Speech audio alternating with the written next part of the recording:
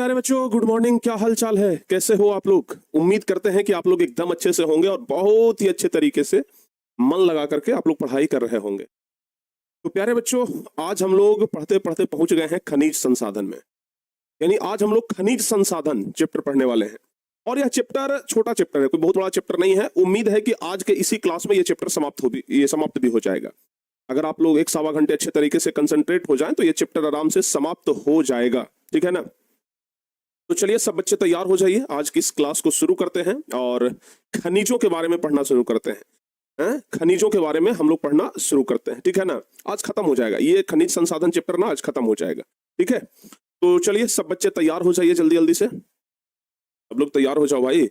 हाँ, सब बच्चे लोग जल्दी जल्दी से तैयार हो जाइए ताकि आज की इस क्लास को हम एकदम बेहतरीन तरीके से स्टार्ट कर सकें। ठीक है, सब बच्चे अगर तैयार हैं तो हम क्लास को शुरू करें। Yes sir. तो प्यारे बच्चों, हम लोग सबसे पहले पढ़े थे संसाधन एवं उपयोग। उसके बाद हम लोग पढ़े प्राकृतिक संसाधन, जिसमें हम लोग मिट्टी के बारे में पढ़े थे। मिट्टी के बारे में पढ़े, उसके बाद फिर हम लोग आ गए जल संसाधन में, जहां पर हम लोग जल के बारे में पढ़े।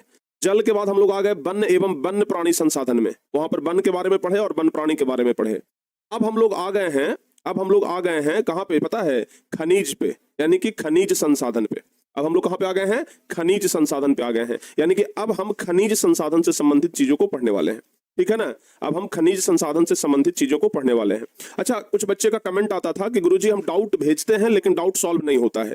प्यारे बच्चों, अब हमने भी आप लोगों के लिए एक निश्चित समय निकाल लिया है कि अब आप लोगों का जो भी डाउट एप्लीकेशन पे आएगा उस डाउट को हम क्लियर करेंगे। जो भी बात आप लोग पूछेंगे उस बात को हम बताएंगे। ठीक है ना? तो आज के बाद से आप लोग डाउट भेजिएगा और 24 घंटे के अंदर में हम उसका सॉल्यूशन करके आपको दे देंगे। ठीक है ना? आप डाउट भेजेंगे और हम कोशिश करेंगे कि 12 से 24 घंटे के अंदर, जैसे आज दिन भर डाउट भेजे, हम रात में बैठेंगे, दोपहर में बैठेंगे, कभी भी जब मौका मिले बैठेंगे, उस डाउट को क्लियर करके हम भेज देंगे। तो अगर आप लोगों के मन में कोई डाउट है तो भेजिएगा, लेकिन हाँ, एक बात आपसे रिक्वेस्ट है कि फालतू चीजें ना भेजिएगा। ठीक है ना? क्योंकि उससे क्या होगा, हमारा समय बर्बाद होगा काफी ज्यादा। वो समय अगर हम बचा करके कोई दूसरा काम करेंगे तो फिर हमारे लिए वो अच्छा होगा। इसलिए अगर ओरिजिनली डाउट है तो भेजना, अगर ओरिजिनली डाउट है तो मत। अगर मान लिया जाए कि डाउट नहीं है तो फिर ऐसे फालतू का चीजें मत भेजना आप लोग, नहीं तो समय खराब होगा। ठीक है ना? तो प्यारे बच्चों, चलिए अब हम लोग यहाँ पे खनिज के बारे में पढ़ना शुरू करते हैं। ठीक है ना? हाँ, अब हम लोग ना खनिज के बारे में पढ़ना शुरू करते हैं। सबसे पहला चीज प्यारे बच्चों, हम लोग खनिज संसाधन के बारे में जब पढ़ना शुरू कर रहे हैं तो सबसे पहला तो बात आता है कि खनिज है क्या। सबसे पहला तो सवाल यही आता है कि खनिज है क्या। खनिज, ठीक है ना? खनिज क्या है? देखो बाबू, हमारे धरती के अंदर बहुत सारे खनिज हैं। जितना भी चीज आप लोग देखते होंगे, सोना चांदी लोहा एल्युमिनियम, सब खनिज है, यानी कि सब धरती के नीचे से निकाला जाता है। ठीक है ना? जितना भी आप लोग धातु देखते होंगे, चाहे कुछ अधातु भी देखते हैं, वो सब खनिज है, सब धरती के नीचे दबा हुआ है। ठीक है ना? धरती के नीचे सब क्या है? दबा हुआ है। हम लोग क्या करते हैं? अपनी बुद्धि से खनन करते हैं, खुदाई करते हैं, और खुदाई करके और उस जो नीचे दबा हुआ खनिज है उसको निकाल लेते हैं। समझ में आ गया कि नहीं आ गया? तो हम लोगों के पास बुद्धि है, विवेक है, भगवान ने हम लोगों को बुद्धि विवेक दिया है। उस बुद्धि विवेक का इस्तेमाल करके हम लोग खनन करते हैं, खुदाई करते हैं, और फिर खुदाई करके हम लोग क्या करते हैं? उस खनिज को निकाल लेते हैं। ठीक है ना? हाँ, मिनरल बोलते हैं अंग्रेजी में बाबू। खनिज को अंग्रेजी में मिनरल बोलते हैं, MINERAL। ध्यान रखिएगा, MINERAL, मिनरल। खनिज को अंग्रेजी में क्या बोला जाता है? मिनरल बोला जाता है। याद रखना आप लोग, याद रहेगा। खनिज को अंग्रेजी में क्या बोलते हैं बाबू? मिनरल बोलते हैं, याद रखिएगा। ठीक है ना? खनिज को अंग्रेजी में क्या बोलते हैं? मिनरल बोलते हैं, याद रहेगा। खनिज को अंग्रेजी में क्या बोलते हैं? मिनरल, याद रहेगा ना?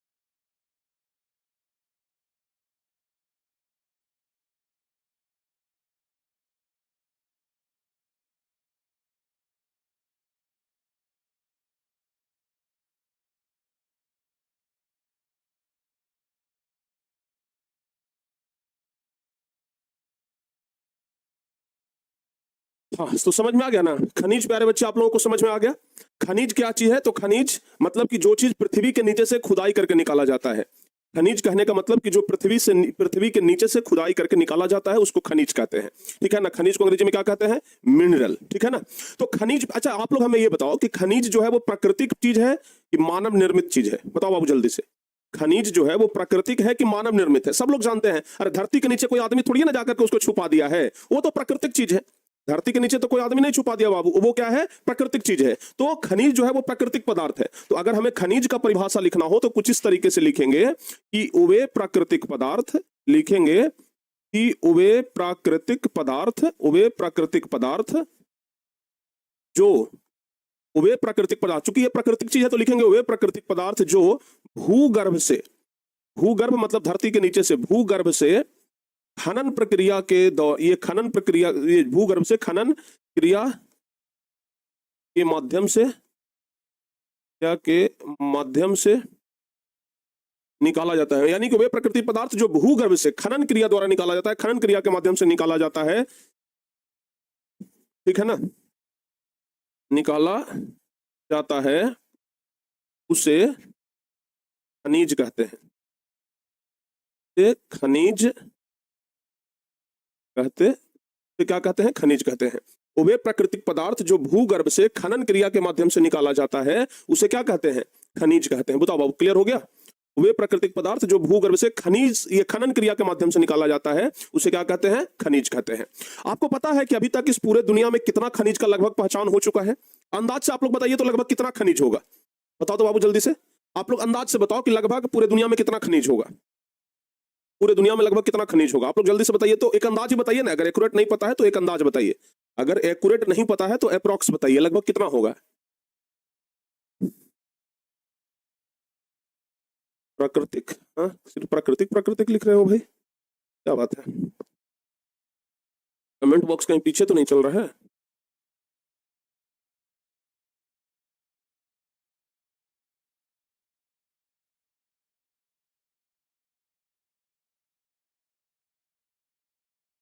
दो सौ से अधिक, 10,000 किलो खनिज। अरे भाई किलो में कभी खनिज पाया जाएगा है? आप लोग को पता है अभी तक लगभग 2000 से अधिक खनिज की पहचान हो चुकी है। आप लोग याद रखिएगा, अभी तक लगभग, ध्यान रखना बाबू आप लोग, अभी तक लगभग, अभी तक लगभग, अभी तक लगभग, लगभग अभी तक लगभग 2000 से अधिक, 2000 से अधिक खनिज की पहचान हो चुकी है। 2000 से अधिक खनिज की पहचान हो चुकी है। अभी तक लगभग 2000 से अधिक खनिज की पहचान हो चुकी है, जिसमें पता है भारत में कितना खनिज है? बाबू याद रखना आप लोग, भारत में लगभग 100 प्रकार के खनिज पाए जाते हैं। भारत में लगभग 100 से अधिक भी लिख सकते हैं, लिखेंगे कि भारत में लगभग, भारत में लगभग 100 से अधिक खनिज पाए जाते हैं। भारत में लगभग 100 से अधिक खनिज पाए जाते हैं। भारत में लगभग 100 से अधिक खनिज पाए जाते हैं। यानी कि भारत में कितने प्रकार के खनिज? लगभग 100 से अधिक खनिज भारत में ही पाए जाते हैं। तो खनिज बड़ा साधारण चीज है, ध्यान रखिएगा। खनिज तो हम आप लोगों को केमिस्ट्री में भी पढ़ाएंगे, वहां पे भी खनिज के बारे में पढ़ना है, ठीक है ना, वहां पे भी खनिज के बारे में पढ़ना है, ध्यान रखिएगा। तो खनिज जो है ना वो पृथ्वी के नीचे से खुदाई करके निकाला जाता है, क्योंकि पृथ्वी के नीचे बहुत सारा खनिज है। जितना भी आप लोग देखते हैं कोयला हो गया, कोयला कहां से निकलता है? खनिज के माध्यम से, यानी कि पृथ्वी के नीचे से। पेट्रोलियम हो गया, तो ये सब क्या है? अबरक हो गया, कोबाल्ट हो गया, निकेल हो गया, लोहा हो गया, सोना हो गया, चांदी हो गया, ये सब जो है ना वो खनिज है, पृथ्वी के नीचे से निकाला जाता है, ठीक है, ध्यान रखिएगा। प्यारे बच्चे, अगर बात करें कि खनिज कितने प्रकार के होते हैं, चलिए खनिजों के प्रकार हम आपको समझाते हैं एकदम एक स्लाइड में, ठीक है ना। एक स्लाइड में हम आप लोगों को बताते हैं खनिजों के प्रकार। खनिजों के प्रकार समझने का प्रयास करना बाबू, खनिजों के प्रकार हम आपको समझाते हैं। देख लीजिए खनिजों के प्रकार कितने होते हैं। तो बाबू याद रखना, खनिज जो होता है ना ये 2 प्रकार का होता है। खनिज कितने प्रकार का होता है? 2 प्रकार का। कौन कौन? एक होता है धात्विक खनिज और दूसरा अधात्विक, यानी कि पृथ्वी के नीचे से चाहे तो धातु निकाला जाएगा, नहीं तो अधातु निकाला जाएगा। तो खनिज 2 प्रकार के होते हैं, ध्यान रखिएगा। एक तो हो गया धात्विक, एक तो हो गया धात्विक खनिज, ठीक है, और दूसरा क्या हो गया? दूसरा हो गया अधात्विक, दूसरा हो गया अधात्विक खनिज। एक हो गया धात्विक खनिज और दूसरा अधात्विक खनिज। ठीक है। अब जरा एक बात समझना ध्यान से, ये जो धात्विक खनिज है इसको भी प्यारे बच्चे दो भागों में बांटा गया। एक धात्विक खनिज था और दूसरा अधात्विक, इसको भी दो भागों में बांटा गया। क्या क्या भाई?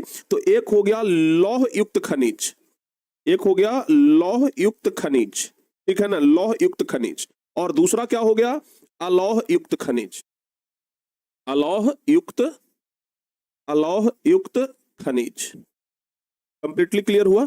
एक देखिए, सबसे पहले खनिज दो प्रकार के, समझना जरा ध्यान से। सबसे पहले खनिज दो प्रकार के, कौन कौन? धात्विक और अधात्विक। एकदम परिभाषा याद करना बड़ा सिंपल है, नाम ही है धात्विक। धात्विक मतलब धातु, यानी वैसा खनिज जिसमें धातु का अंश पाया जाता हो, वैसा खनिज जिसमें धातु हो उसको क्या कहते हैं? धात्विक खनिज। इधर है अधात्विक, यानी वैसा खनिज जिसमें धातु नहीं हो, अधातु हो, उसे क्या कहते हैं? अधात्विक। बताओ बाबू, कंप्लीटली क्लियर हुआ कि नहीं हो गया है? और फिर धात्विक खनिज कितने प्रकार के? दो प्रकार के, लौह युक्त खनिज और अलौह युक्त खनिज। ठीक है ना, एकदम क्लियर है, मामला एकदम क्लियर है, एकदम एक एक चीज आप लोग को याद होते जाएगा। खनिज दो प्रकार के, कौन कौन? तो बाबू याद रखना, धात्विक खनिज और अधात्विक खनिज। धात्विक खनिज किसे कहते हैं? खनिजों का ऐसा प्रकार जिसमें धातु होता है, नाम ही है धात्विक मतलब धातु, अधात्विक मतलब अधातु। एकदम कंप्लीटली एकदम आसान है, बहुत आसान है, बहुत आसान है भाई, एकदम मतलब कॉन्सेप्ट ऐसा क्लियर होगा, दिमाग लगाने का जरूरत नहीं है। तो यहाँ पे खनिज कितने प्रकार, आपसे ऑब्जेक्टिव क्वेश्चन में पूछा जाएगा कि खनिज कितने प्रकार, तो बताइएगा दो प्रकार, कौन कौन? धात्विक और अधात्विक। धात्विक खनिज किसे कहते हैं? वैसा खनिज जिसमें धातु हो, धात्विक खनिज कहते हैं। धात्विक खनिज कितने प्रकार के? अच्छा, धातु किसमें होता है? जैसे आप लोग जानते हैं कि लौह अयस्क, लौह अयस्क जो है, लोहा क्या है? धातु है। तांबा क्या है? धातु है। मैग्नीज क्या है? धातु है। तो जिसमें भी धातु हो वो समझ लीजिए धात्विक खनिज, ठीक है ना। अब धात्विक खनिज भी दो प्रकार के, एक होता है लौह युक्त और होता है अलौह युक्त। यहां पर थोड़ा सा मिस्टेक हो गया है, लौह युक्त और अलौह युक्त, यहां पर आ लगा दीजिएगा, ठीक है ना, अलौह युक्त। ठीक है, अब देखो बाबू, लौह से आपको क्या समझ में आ रहा है? जल्दी से बताइए तो। लौह कहने का मतलब लोहा, समझ में नहीं आ रहा है? लौह कहने का मतलब लोहा, यानी कि वैसा धात्विक खनिज जिसमें लोहे का अंश हो उसको कहते हैं लौह युक्त खनिज, और वैसा धात्विक खनिज जिसमें लोहे का अंश नहीं हो। समझ में आ गया? क्या समझ में आ रहा है ना? एकदम ध्यान से सुनिएगा। जिसमें लोहे का अंश हो उसको कहेंगे लौह युक्त, जिसमें लोहे का अंश नहीं हो अलौह युक्त। एकदम आसान तरीके से आप लोग इसको याद कर सकते हैं, मतलब थोड़ा सा भी ना इसमें आपको दिमाग लगाने का जरूरत नहीं है, आप लोगों को हम यहां पे समझा देते हैं। देखिए, धात्विक खनिज कहने का मतलब क्या हुआ? जिसमें धातु हो, एकदम शॉर्टकट में समझाते हैं, जिसमें धातु हो, इसका मतलब तो समझ में आ गया। धात्विक खनिज किसको कहते हैं? वैसा खनिज जिसमें धातु हो उसको धात्विक खनिज कहते हैं। उसके बाद अलौह युक्त क्या हो गया बाबू? तो अलौह युक्त कहने का मतलब क्या हुआ? अलौह युक्त कहने का क्या मतलब हुआ? इसका कहने का मतलब हो गया जिसमें लोहे का अंश हो। ध्यान रखिएगा, जिसमें लोहे का अंश हो, हम लिख देते हैं जिसमें लोहे का अंश हो, जिसमें लोहे का अंश हो, जिसमें लोहे का अंश हो, उसको क्या कहेंगे? लौह युक्त खनिज। इधर अलौह युक्त क्या हो जाएगा बाबू? जिसमें लोहे का अंश ना के बराबर हो, जिसमें लोहे का अंश, जिसमें लोहे का अंश ना के बराबर हो, ना के बराबर हो, जिसमें लोहे का अंश ना के बराबर हो, जिसमें लोहे का अंश ना के बराबर हो उसको क्या कहेंगे? अधातु, ये क्या बोलेंगे? अलौह युक्त खनिज बोलेंगे। हम लोग यहाँ पर पढ़ रहे थे जिसमें धातु हो उसको धात्विक खनिज कहते हैं, इसका उल्टा यहाँ पे हो जाएगा, जिसमें धातु नहीं हो, जिसमें धातु नहीं हो उसे क्या कहेंगे? अधात्विक खनिज। परिभाषा बहुत कठिन है, 4 लाइन का तो परिभाषा है बाबू, ये 4 शब्द का तो परिभाषा है, ठीक है ना, है 4 शब्द का परिभाषा। बताओ बाबू, यहां तक कंप्लीटली एकदम कॉन्सेप्ट क्लियर हुआ कि नहीं हुआ? एकदम सिंपल है। खनिज आपको समझ में आ गया कि भूगर्भ से निकाले जाने वाले पदार्थों को, या फिर पृथ्वी, ये खनिज वैसा प्राकृतिक संसाधन है जिसको खनन क्रिया के दौरान भूगर्भ से निकालते हैं, उसको खनिज कहते हैं। खनिज दो प्रकार के होता है, धात्विक और अधात्विक। जिसमें धातु हो उसको धात्विक, जिसमें धातु नहीं हो उसको अधात्विक कहेंगे। धात्विक खनिज जो है वो दो प्रकार से बांटा गया, लौह युक्त खनिज और अलौह युक्त खनिज। जिसमें लोहे का अंश हो उसको लौह युक्त खनिज, जिसमें लोहे का अंश नहीं हो उसको अलौह युक्त खनिज। तो भाई इतना सिंपल चीज आप लोगों को रटने का जरूरत नहीं है, ठीक है ना, इतना सिंपल चीज ना चुटकी बजाते याद हो जाता है। तो यहां तक आप लोगों को हमें लगता है कि सब कुछ याद हो गया होगा, सब कुछ। जैसे देखिए परिभाषा, लौह युक्त खनिज, जिन धात्विक खनिजों में लोहे का अंश अधिक पाया जाता है वो लौह युक्त खनिज कहलाता है। जिसमें लोहा का अंश ज्यादा हो उसको लौह युक्त खनिज, जैसे लौह अयस्क हो गया, मैग्नीज हो गया, निकेल हो गया, टंगस्टन हो गया, ये सब आप लोग ध्यान रखिएगा।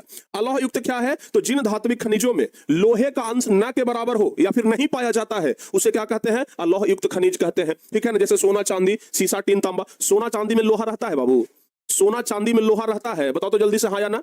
सोना चांदी में लोहा रहेगा तो फिर उतना महंगा बिकेगा, तो सोना चांदी में लोहा नहीं रहता है, ठीक है ना, ध्यान रखिएगा। तो बाबू यहाँ पे ध्यान रखना आप लोग कि जिसमें लोहा नहीं रहता हो उसको अलौह युक्त, जिसमें लोहा का अंश रहता हो उसको लौह युक्त। और फिर अधात्विक खनिज बता दिए, खनिजों का ऐसा प्रकार जिसमें धातु नहीं होता है, जिसमें धातु होता है धात्विक, जिसमें धातु नहीं होता है अधात्विक। जैसे चुना, पत्थर, अबरक, जिप्सम, इसमें धातु नहीं होता है, ठीक है ना। तो जिसमें धातु होता है धात्विक, जिसमें धातु नहीं होता है अधात्विक, ठीक है ना। जिसमें लोहे का अंश होता है लौह युक्त, जिसमें लोहे का अंश नहीं होता है अलौह युक्त।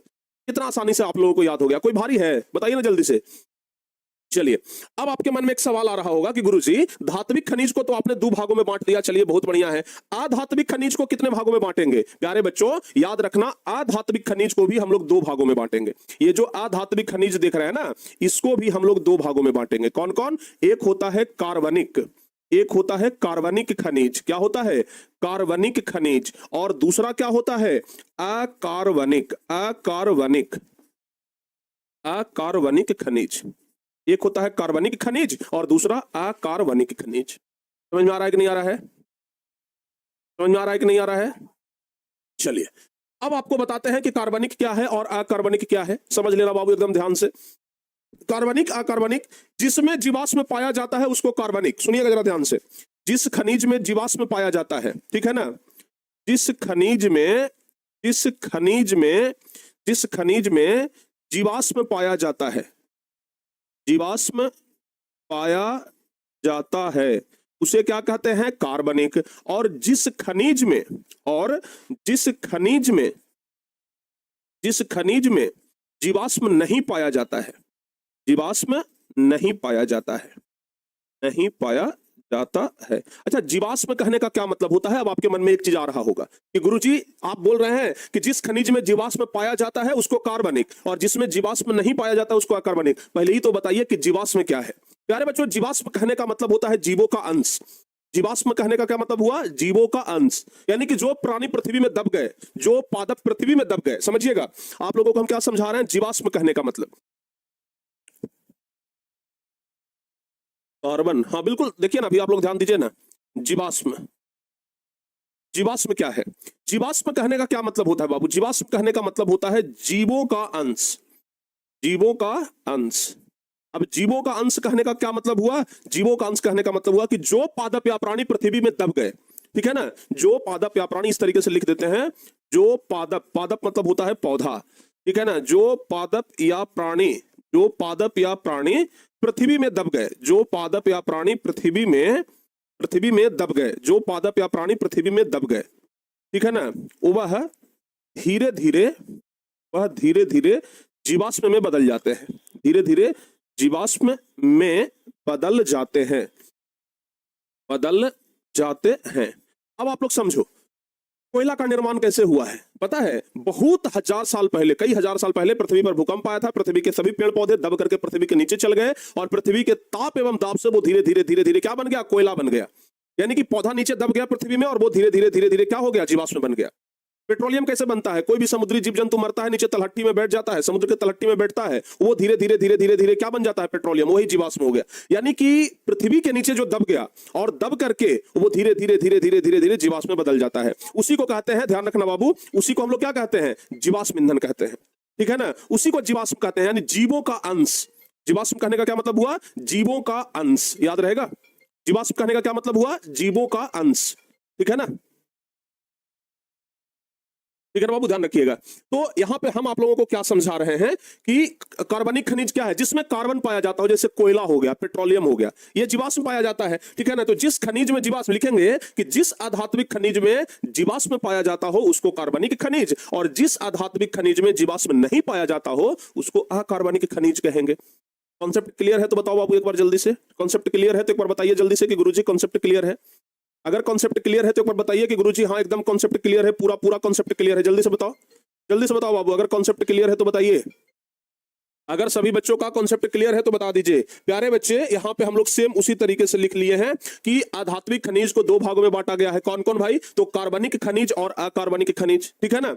अधात्विक खनिज को दो भागों में, कार्बनिक और अकार्बनिक। जिन अधात्विक खनिजों में जीवाश्म होता है, समझिएगा जरा ध्यान से, जिन अधात्विक खनिजों में जीवाश्म होता है वे कार्बनिक खनिज कहलाते हैं। वैसा अधात्विक खनिज जिसमें जीवाश्म हो उसको कार्बनिक कहेंगे। जीवाश्म कहने का मतलब बताइए दिया कि पृथ्वी में दबे हुए प्राणी एवं पादप जीवों में परिवर्तित होने से बनते हैं, जैसे कोयला हो गया, पेट्रोलियम हो गया, ये सब क्या है? कार्बनिक खनिज है। और दूसरा अकार्बनिक क्या बताया कि जिन आधात्विक खनिजों में जीवाश्म नहीं पाया जाता है वो अकार्बनिक खनिज कहलाता है, जैसे अबरक हो गया, ग्रेफाइट हो गया, ठीक है ना। तो आप लोगों को खनिज का पूरा खानदान हम समझा दिए हैं। बताओ बाबू, पूरा मतलब एक स्लाइड आप देखेंगे आपको पूरा खनिज का खानदान समझ में आ जाएगा। पूरा खनिज का खानदान बस इसी में है, ठीक है ना। खनिज बता दिए, खनिज दो प्रकार के, धात्विक अधात्विक, धात्विक दो प्रकार के, लौह और अलौह, अधात्विक दो प्रकार के, कार्बनिक और अकार्बनिक। तो यहां तक हमें लगता है कंसेप्ट क्लियर होगा, ठीक है ना। ठीक है बाबू, आप पढ़ाएं सर और ऐसा समझ में ना आए, अरे वाह क्या बात है। अब यहां से एक दो क्वेश्चन बनता है जिसको आप लोग याद रखिएगा। पहला क्वेश्चन तो बनेगा भाई, पहला क्वेश्चन बनेगा कि धात्विक और अधात्विक खनिज में अंतर, 5 नंबर, ठीक है ना। धात्विक और अधात्विक खनिज में अंतर 5 नंबर, ठीक है ना। 5 नंबर का प्रश्न आएगा कि धात्विक और अधात्विक खनिज में अंतर लिखिए। तो बाबू हम लोग धात्विक पढ़ चुके हैं, अधात्विक पढ़ चुके हैं, तो अंतर का छूट जाएगा, नहीं छूटेगा। लिखेंगे कि ये हो गया धात्विक खनिज और अधात्विक। हम लोग क्या पढ़े हैं कि इसमें धातु पाया जाता है, यानी कि जब धात्विक खनिज को गलाएंगे तो धातु प्राप्त होगा, और जब अधात्विक को गलाएंगे तो धातु प्राप्त नहीं होगा। क्योंकि धात्विक धातु से बना है तो इसलिए धातु प्राप्त होगा, ये धातु से नहीं बना इसलिए इसमें धातु प्राप्त नहीं होगा। अच्छा, केमिस्ट्री में आप लोग पढ़िएगा धातु अधातु में कि जो धातु होता है वो कठोर होता है। धातु का एक भौतिक गुण होता है कि धातु कठोर होता है, लेकिन अधातु जो होता है वो कठोर नहीं होता है। तो लिखेंगे यह कठोर और चमकीला होता है। धातु जो है ना कठोर भी होता है, चमकीला भी होता है। देखिएगा कोई भी धातु हो, चाहे लोहा ले लीजिए, चांदी ले लीजिए, सोना ले लीजिए, सब चमकीला होता है कि नहीं होता है, है? लोहा के बारे में आप लोग जानते होंगे, बड़ा चमकीला होता है। अच्छा, लोहा का रंग कैसा होता है आप लोग बताइए तो जरा, लोहा का रंग कैसा होता है? आप लोग कहेंगे कि सर आप बोल रहे हैं कि लोहा चमकीला होता है, लोहा को तुम देखे हैं कि लाल भूरे रंग का होता है, वो चमकीला कहां होता है? लोहा का रंग कैसा होता है बताओ तो बाबू, बताओ जल्दी से। लोहा का रंग कैसा होता है जरा जल्दी से बताइए। ग्रे होता है। देखिए सब लोग बोल रहे हैं कि गुरुजी लोहा का रंग ग्रे होता है। अरे भाई मेरे, लोहा का रंग ग्रे नहीं होता है, लोहा का रंग एकदम चांदी के जैसा उजला होता है। आप लोग जो ऊपर में ग्रे रंग देखते हैं ना वो लोहा नहीं है, लोहा के ऊपर जंग लग गया है वही है। अगर लोहा का ओरिजिनल कलर देखना है तो लोहा को जरा रेती से रगड़िए, लोहा को रेती से रगड़ोगे ना तो एकदम अंदर से चमाचम निकलेगा, एकदम उजला चांदी के जैसा चमाचम निकलेगा। तो लोहा का ओरिजिनल रंग वही है। ऊपर से जो आप लाल रंग देख रहे हो वो तो जंग लग गया है, वो तो जंग है, ठीक है ना। तो लोहा का रंग होता है चांदी के जैसा एकदम सफेद उजला, ठीक है ना। तो धात्विक खनिज को गलाने पर धातु प्राप्त होगा, अधात्विक खनिज को गलाने पर धातु प्राप्त नहीं होगा। धात्विक खनिज कठोर और चमकीला होता है, अधात्विक खनिज में अपनी चमक पास इसके पास ना भाई अपनी चमक नहीं होती है, ठीक है ना। ये चमकीला होता है, इधर सीधे लिख लीजिए यह चमकीला नहीं होता है, सॉरी थोड़ा सा मिस्टेक है, लिख लीजिए यह चमकीला नहीं होता है, यह कठोर और चमकीला नहीं होता है, लिख लेंगे यह कठोर और चमकीला नहीं होता है। अपवाद की बात नहीं कर रहे हैं बाबू, अपवाद में एक आध गो आ जाता है, लेकिन अपवाद के बारे में केमिस्ट्री में पढ़ना है, भूगोल में हम लोग अपवाद नहीं पढ़ेंगे, ठीक है ना। हालांकि अपवाद होता है, अपवाद में एक आध गो होता है कि भाई धातु है लेकिन फिर भी चमकीला है, तो अपवाद हम लोग यहाँ पे नहीं देख रहे हैं, पहले हम आपको बता दिए। अच्छा, धात्विक खनिज, ये धात्विक खनिज जो है वो आग्नेय चट्टानों में मिलता है। आग्नेय चट्टान, अच्छा आप में से बहुत सारे बच्चे पूछेंगे कि सर चट्टान कितने प्रकार के होते हैं। बहुत सारे बच्चों का सवाल ये हो सकता है कि गुरुजी चट्टान कितने प्रकार के होते हैं जरा ये बता दीजिए। चट्टान के प्रकार, कोई बच्चे जानते हैं कि चट्टान कितने प्रकार के होते हैं? 3 प्रकार के। कौन कौन? चट्टान 3 प्रकार के होते हैं, कौन कौन? पहला होता है अवसादी चट्टान, पहला होता है अवसादी चट्टान, दूसरा होता है आग्नेय चट्टान, दूसरा आग्नेय चट्टान, ठीक है, और तीसरा होता है कायांतरित चट्टान। कायांतरित, कायांतरित ऐसे लिखाता है जी, थोड़ा मिस्टेक हो रहा है, कायांतरित ऐसे लिख लीजिए, मिस्टेक हो रहा है लिखने में, कायांतरित चट्टान, ठीक है ना। कायांतरित कुछ अलग तरीके से लिखा जाता है, कायांतरित।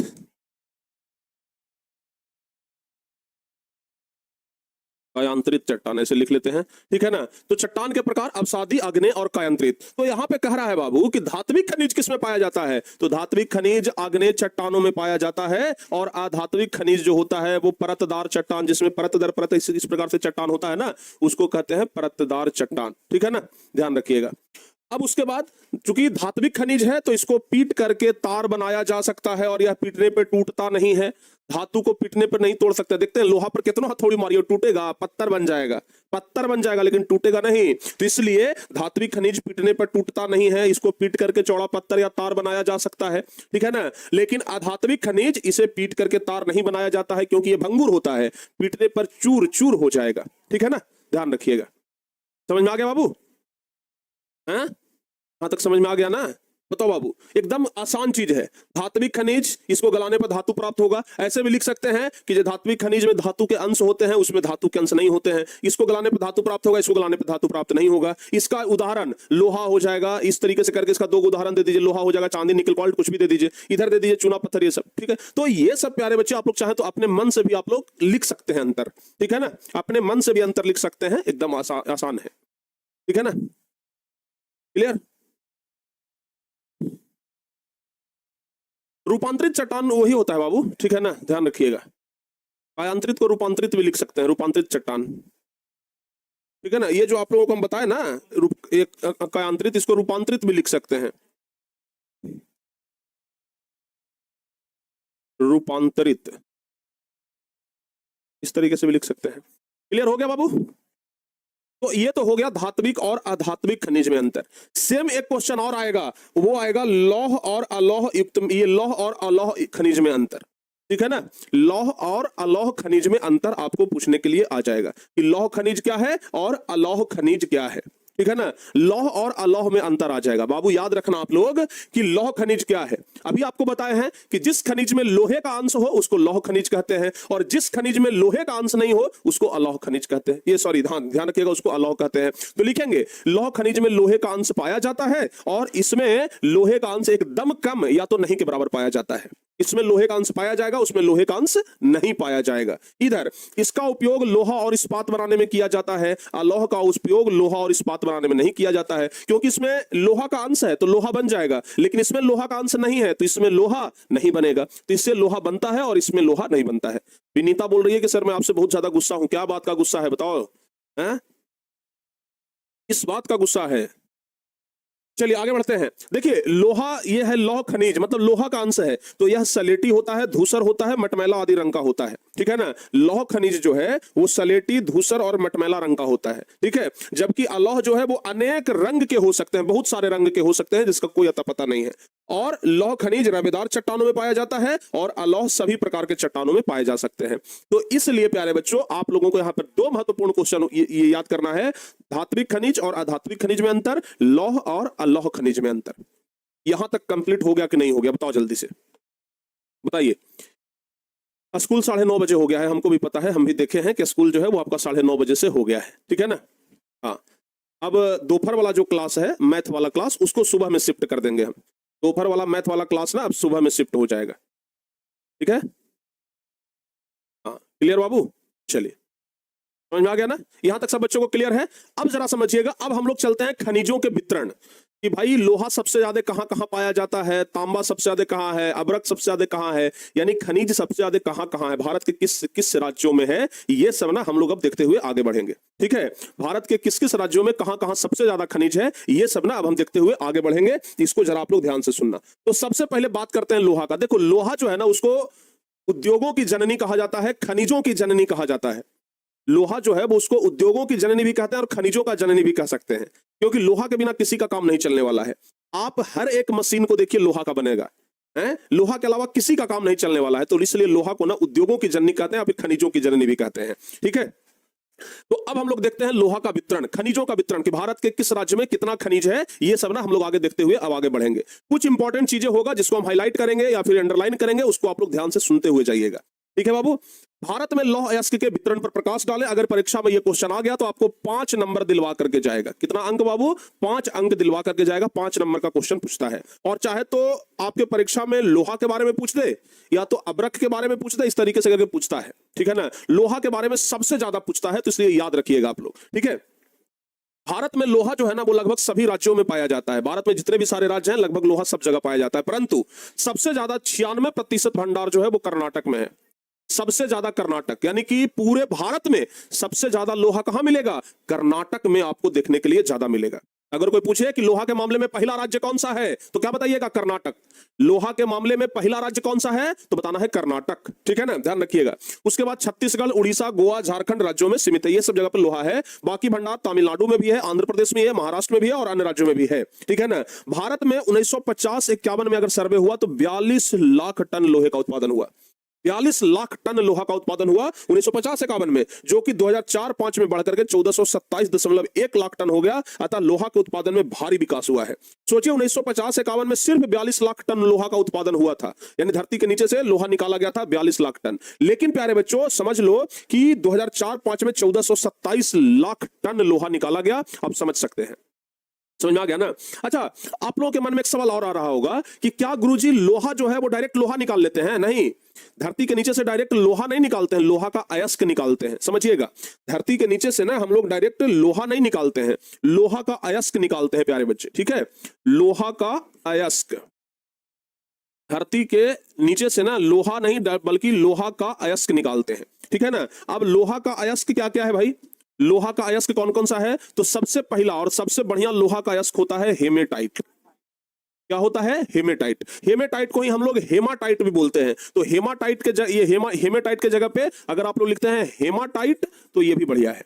लोहा का सबसे बढ़िया अयस्क जो है ना वो हेमाटाइट है, क्योंकि इसमें लगभग 68% लोहे का अंश होता है। ठीक है ना, ध्यान रखना बाबू, 68% लौह अंश, 68% लौह अंश। तो एक बात ध्यान रखिएगा, पृथ्वी के नीचे से ना डायरेक्ट हम लोग लोहा नहीं निकालते हैं।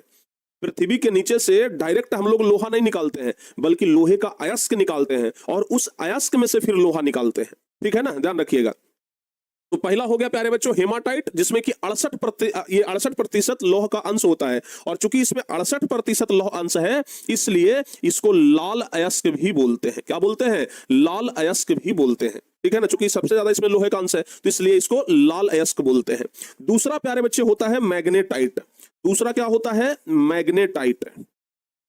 मैग्नेटाइट, और मैग्नेटाइट में लोहा का अंश होता है 60%। ठीक है ना, 60% होता है लौह अंश। इसमें ना लौह अंश कितना होता है? 60% होता है। ध्यान रखना आप लोग, इसमें लोहे का अंश कितना होता है मैग्नेटाइट में? तो 60% लोहे का अंश होता है, और इसलिए इसको बोलते हैं हम लोग काला अयस्क। क्या बोलते हैं? काला अयस्क बोलते हैं। क्या बोलते हैं? काला अयस्क बोलते हैं। क्लियर हुआ। और तीसरे नंबर पे आता है प्यारे बच्चों, पता है, एक हो गया हेमाटाइट, मैग्नेटाइट, और तीसरा नंबर पे आता है लिमोनाइट। क्या आता है? लिमोनाइट। लिमोनाइट, और इसमें लोहा का अंश सबसे कम होता है, मात्र 40%। ठीक है ना, 40% लौह अंश होता है, लौह अंश होता है। अच्छा, 40% कहने का मतलब समझ रहे हैं ना? जैसे अगर हेमाटाइट हम 100 किलो लेंगे तो उसमें 68 किलो तक लोहा निकल जाएगा।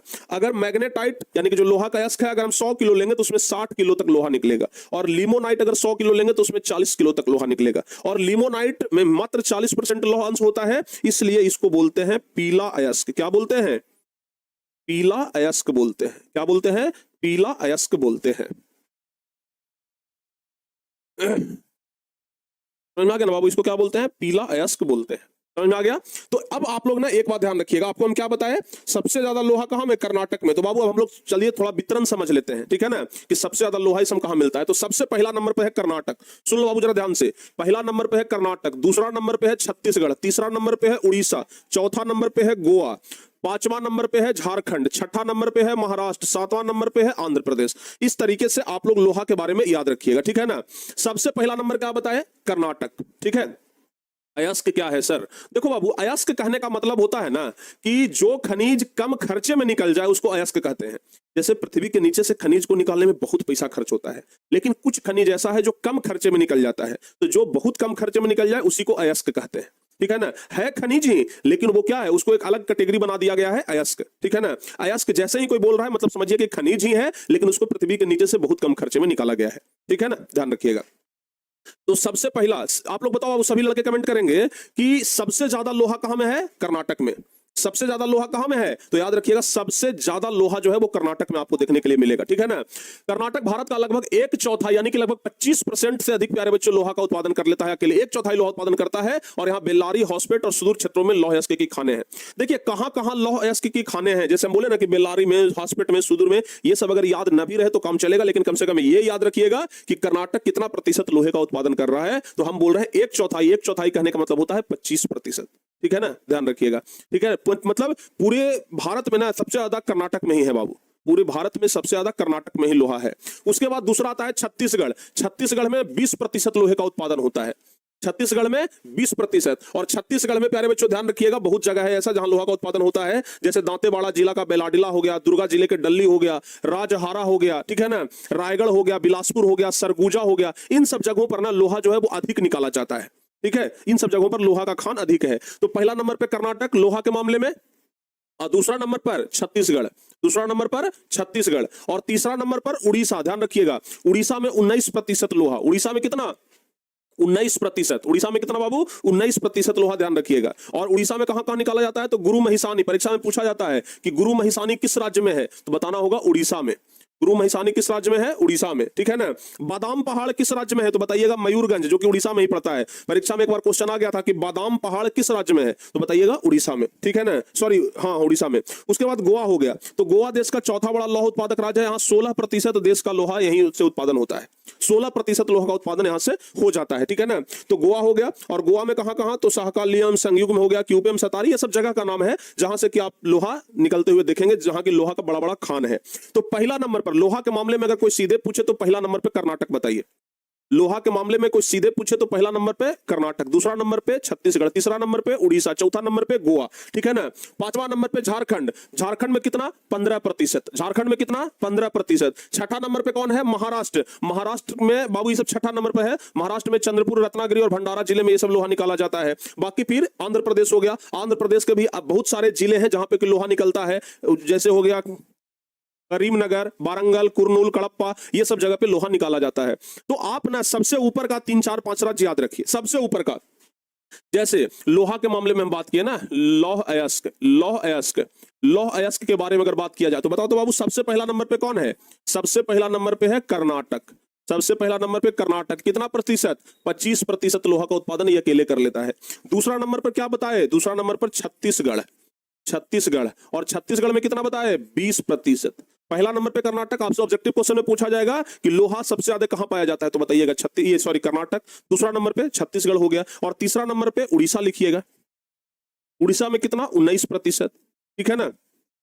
उड़ीसा के बाद हम आपको चौथा नंबर पे क्या बताए, गोवा। गोवा में कितना बाबू, 14%। गोवा में कितना, 14%। तो इस तरीके से करके आप लोगों को याद, सॉरी गोवा में 16% होता है, गोवा में 16% होता है। तो इस तरीके से करके आप लोगों को बड़े आराम से याद हो जाएगा। गोवा के बाद फिर आ जाएंगे तो पांचवा नंबर पे झारखंड आता है, पांचवा नंबर पे झारखंड आता है, और झारखंड में कितना, 15%। तो इस तरीके से आप लोग लोहा के खदान के बारे में याद रखिएगा। यानी कि लोहा उत्पादन के मामले में सबसे अग्रणी जो राज्य है, ये सबसे अग्रणी जो राज्य है वो कर्नाटक है, याद रहेगा ना। लोहा के मामले में सबसे आगे कौन है बाबू, कर्नाटक, ठीक है। चलिए तो लोहा के बारे में कॉन्सेप्ट क्लियर, हाँ लोहा के बारे में ध्यान रखिएगा।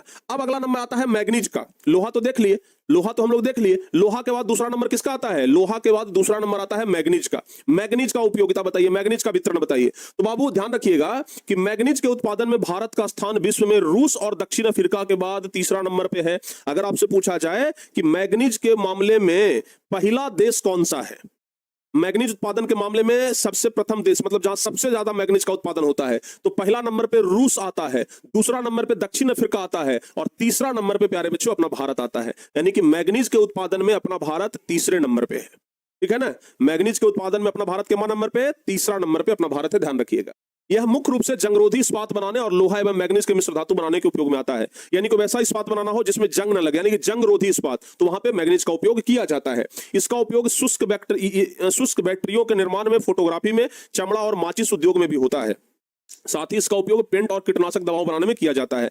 अगर आपसे पूछा जाए कि मैग्नीज का उपयोग बताइए, अगर आपसे पूछा जाए कि मैग्नीज का उपयोग बताइए, मैग्नीज का उपयोग कहां कहां पर होता है, अलग तरीके से पूछा जा सकता है बाबू, ठीक है ना, अलग तरीके से आपसे पूछा जा सकता है कि मैग्नीज का उपयोग बताइए। सुन लो जरा ध्यान से, इस तरीके से क्वेश्चन आ जाएगा कि मैग्नीज का उपयोग, मैग्नीज का उपयोग। तो प्यारे बच्चों, मैग्नीज का उपयोग कहां कहां पर अभी बताया हम आपको। सबसे पहला बताया शुष्क बैटरियों में, पहला क्या बताया, शुष्क बैटरियों में। दूसरा क्या बताया, चमड़ा उद्योग में, चमड़ा उद्योग में। तीसरा क्या बताया, तीसरा बताया माचिस उद्योग में, माचिस उद्योग में। तीसरा क्या बताया, माचिस उद्योग में। और क्या बताया, सबसे पहला, चौथा नंबर, सबसे पहला बता दिया शुष्क बैटरी में, दूसरा क्या बताया, चमड़ा में, तीसरा क्या बताया, माचिस उद्योग में। एक चीज और बताए थे, फोटोग्राफी में, एक चीज और बताए थे, फोटोग्राफी में, फोटोग्राफी में। तो अगर प्यारे बच्चे आपसे ऑब्जेक्टिव, ये सब्जेक्टिव क्वेश्चन में पूछ दे कि मैग्नीज का उपयोग बताइए, तो आराम से हम लोग मैग्नीज का उपयोग बता सकते हैं, ठीक है ना, मैग्नीज का उपयोग आराम से बता सकते हैं हम लोग। तो बाबू यहां तक आप लोग ध्यान रखिएगा, ठीक है ना। आगे हम लोग देखेंगे कि भारत के कुल उत्पादन का 85% मैग्नीज का उपयोग मिश्र धातु बनाने में किया जाता है। ज्यादातर मैग्नीज का उपयोग मिश्र धातु बनाने में किया जाता है। तो एक उपयोग और हम लोग लिख लेंगे, 5वां नंबर, मिश्र धातु बनाने में, मिश्र धातु बनाने में, मिश्र धातु बनाने में। लीजिए एक क्वेश्चन यहां से तैयार हो गया, ठीक है ना। मैग्नीज का उपयोग बताइए, तो अलग अलग जगह पे हम लोग मैग्नीज का उपयोग लिख लिए, ठीक है बाबू। यहां तक कॉन्सेप्ट क्लियर, यहां तक आप लोगों का कॉन्सेप्ट क्लियर हो गया ना, किसी प्रकार का कोई दिक्कत तो नहीं है, यहां तक में किसी प्रकार का कोई दिक्कत तो नहीं है। चलिए बहुत बढ़िया। तो अब हम लोग मैग्नीज के मामले में देखते हैं कि सबसे पहला राज्य, तो प्यारे बच्चों ध्यान रखिएगा, भारत में मैग्नीज का कुल भंडार है 1670 लाख टन। भारत में मैग्नीज का कुल भंडार कितना है, 1670 लाख टन। विश्व में जिम्बाब्वे के बाद भारत में ही मैग्नीज का सबसे बड़ा संचित भंडार है, जो विश्व के कुल संचित भंडार का 20%। मुख्य क्षेत्र जो है वो उड़ीसा है, मध्य प्रदेश है, महाराष्ट्र है, कर्नाटक है और आंध्र प्रदेश है। भारत का 75% से ज्यादा मैग्नीज अयस्क का भंडार महाराष्ट्र के नागपुर और भंडारा जिले में, मध्य प्रदेश के बालाघाट और छिंदवाड़ा जिले तक फैली पट्टी में मिलते हैं। अब यहां से हम लोग देखते हैं, पहला नंबर पे कौन है, उड़ीसा, ठीक है ना। पहला नंबर पे मैग्नीज के मामले में उड़ीसा, ध्यान रखिएगा, उड़ीसा में 37.6%, बाबू याद रखिएगा, उड़ीसा में 37.6% मैग्नीज। यानी कि लोहा के मामले में हम लोग पढ़े कि कर्नाटक आगे है, लेकिन मैग्नीज के मामले में, मैग्नीज के मामले में, तो मैग्नीज के मामले में ध्यान रखिएगा उड़ीसा सबसे आगे है। दूसरा नंबर पे महाराष्ट्र, दूसरा नंबर पे कौन है, महाराष्ट्र है। दूसरा नंबर पे कौन है, महाराष्ट्र है, याद रखिएगा। तो पहला नंबर पे उड़ीसा हो गया, दूसरा नंबर पे महाराष्ट्र हो गया। भारत के कुल उत्पादन का लगभग 1/4 मैग्नीज उत्पादन करता है ये महाराष्ट्र, ठीक है ना। यानी 1/4 कहने का मतलब क्या हुआ, लगभग 25%, 25%, यानी कि 37% उत्पादन उड़ीसा कर रहा है, 25% उत्पादन कौन कर रहा है, महाराष्ट्र कर रहा है। और तीसरा नंबर पे आता है मध्य प्रदेश, जो कि 21% मैग्नीज का उत्पादन करता है। मध्य प्रदेश कितना, मध्य प्रदेश 21% मैग्नीज का उत्पादन करके सबसे बड़ा राज्य में कितना नंबर पे है, तीसरा नंबर पे है। उसके बाद प्यारे बच्चों चौथा नंबर पे कौन सा है, कर्नाटक। पांचवा नंबर पे कौन सा है, आंध्र प्रदेश। ये सब याद रखिएगा, जगह का नाम अगर ना भी याद रहे ना तो चलेगा, ठीक है ना, ध्यान रखिएगा। जैसे है ना कि कर्नाटक में कहा भाई, तो शिमोगा, तुमकुर, बेलारी, धारवाड़, इतना सारा याद रखना बड़ा मुश्किल होता है, उतना सारा जगह का नाम याद नहीं होगा, ना हमसे होगा ना आपसे होगा। तो इसलिए प्यारे बच्चे आप लोग ना कम से कम इतना याद रखिए कि पहला नंबर पे कौन है, तो पहला नंबर पर उड़ीसा, कितना परसेंट, तो 37.6%। दूसरा नंबर पे महाराष्ट्र, कितना, 25%। तीसरा नंबर पे मध्य प्रदेश, कितना, 21%। चौथा नंबर पे कर्नाटक और पांचवा नंबर पे प्यारे बच्चों ध्यान रखिएगा, पांचवा नंबर पे आंध्र प्रदेश। तो इस तरीके से करके आप लोग ध्यान रखना है। एग्जाम में पॉइंट बाय पॉइंट भी लिख सकते हैं, अगर आंसर लिखना हो तो पॉइंट बाय पॉइंट भी लिख सकते हैं, ठीक है बाबू, समझ में आ गया ना। तो इस तरीके से करके आप लोग लिख सकते हैं कंप्लीट। अच्छा आप 1 मिनट देख लेने दीजिए आगे कितना और बचा हुआ है।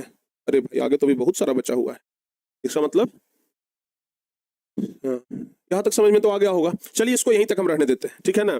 बहुत सारा भी बचा हुआ, अभी बॉक्साइट बचा हुआ है, अब्रक बचा हुआ है, फिर खनिजों का संरक्षण पढ़ेंगे, खनिजों का बचाव कैसे कर रहे हैं, ये सब पढ़ेंगे। तो अगली क्लास में हम इसको खत्म करते हैं, ठीक है ना। इस क्लास में बस यहीं तक रहने देते हैं, आप लोग अच्छे तरीके से इसको याद कर लीजिएगा, ठीक है। हाँ, और आज शाम में हम फर्स्ट टर्मिनल एग्जाम की तैयारी करवाएंगे, तो आप लोग फर्स्ट टर्मिनल की एग्जाम की तैयारी के लिए निफिक्र रहिएगा। आज से, आज शाम से पक्का आप लोगों का फर्स्ट टर्मिनल का तैयारी करवाया जाएगा। तो आज से आप लोग तैयार रहिएगा। फिर मिलते हैं प्यारे बच्चे हम आप लोगों से अब अगली क्लास में। अगली क्लास में जब मिलेंगे तो एकदम अच्छे तरीके से आप लोग जबरदस्त अंदाज में पढ़ने के लिए तैयार रहिएगा, ठीक है ना। तो अगली क्लास में मिलते हैं, तब तक के लिए जय हिंद, धन्यवाद।